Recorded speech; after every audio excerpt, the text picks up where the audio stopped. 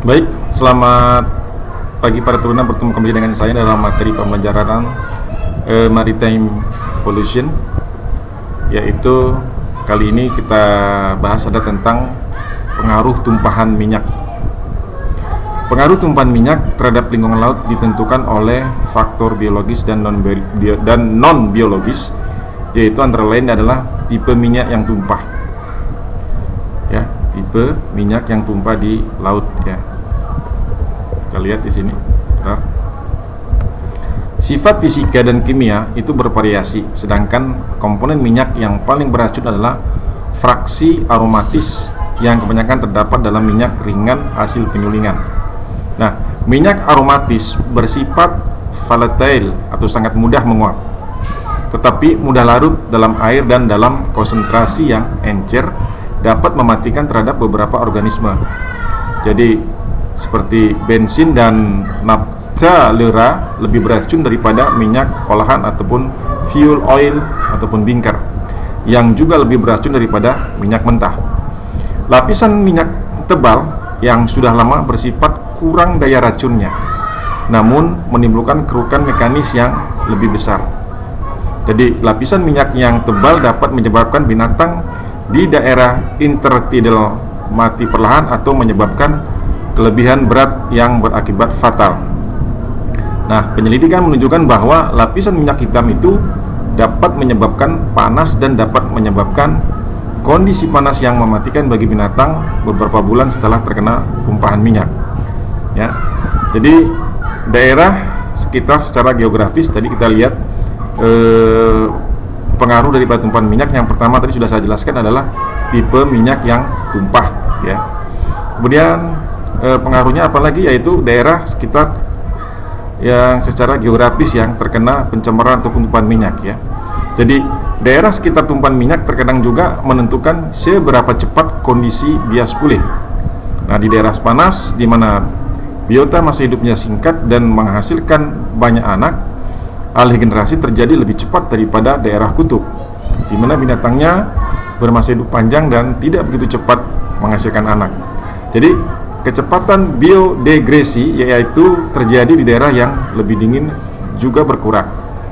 Jadi yang pengaruh daripada di daerah sekitar secara geografis ya, penyebab daripada pencemaran tadi. Kemudian luas daerah yang terpengaruh. Jadi tumpahan minyak pada daerah yang luas diduga juga menyebabkan kerusakan biologis yang lebih parah daripada daerah yang sempit. Nah, jumlah minyak yang tertumpah juga penting, tetapi pengaruhnya tergantung kepada daerah yang tertutup tumpahan. Ya, sebagai contoh, 50 barel minyak yang tertumpah di sebuah teluk kecil seluas beberapa area mempunyai pengaruh yang lebih besar terhadap kerusakan biologis. Maksudnya kerusakan biologis ya, daripada 50 barel minyak ataupun tertumpah di lautan yang terbuka. Baik, kemudian kondisi meteorologis dan oceanografis ya. Kondisi meteorologis ataupun angin, badai, dan oceanografis, ombak, arus, dan sebagainya ini juga berpengaruh ya. Yang ada tuh sangat penting dalam pengaruhnya terhadap akibat tumpahan angin dan badai yang tertiup pada daerah tumpahan di pantai perairan terbuka dapat merugikan, tapi sebaliknya menguntungkan karena akan mengaduk minyak dan air serta akan mengencerkannya. Nah, jadi Badan Kualitas Lingkungan dalam penelitian dampak lingkungan untuk daerah dasar laut benua bagian luar merupakan bahwa tumpahan minyak cenderung pecah jika ketinggian ombak mencapai 10 feet atau lebih. Jadi 1 feet ini kurang lebih 30 cm 1 feet ya. Jadi kalau ada 10 sekitar 300 cm ataupun 3 meter ataupun lebih ya. Jadi sekitar ketinggian ombak mencapai 3 meter lebih ya, 10 feet ya. Berikutnya adalah penyebabnya lain lagi adalah weathering ataupun perubahan karena cuaca. Maksud perubahan di sini adalah penguapan, oksidasi pelarutan di dalam air dan degradasi biologis. Bila tumpahan minyak tumpah di air akan tersebar dengan cepat di atas permukaan tenaga yang menyebabkan tertumpah. Problem yang menyebabkan tersebar antara lain berat jenis minyak yang lebih kecil dari berat jenis air laut. Selanjutnya adalah tegangan permukaan minyak itu sendiri.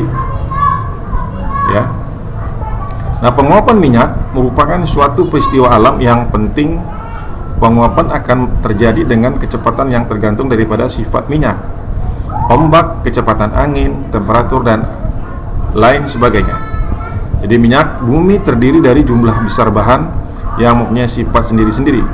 Yang ringan akan menguap lebih dahulu, tapi meskipun demikian pasti ada yang tersisa. Ya, jadi ini menyebabkan oleh suatu cuaca ya.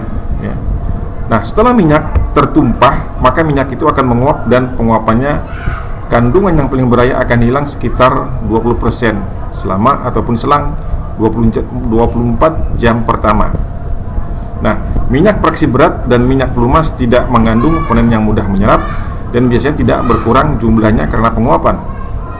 Nah, jika tumpahan menimbulkan tirai minyak, maka sejumlah besar komponen minyak ini akan kontak dengan satuan di daerah subtidal. Ya, saya pahamin ini ya. Oke.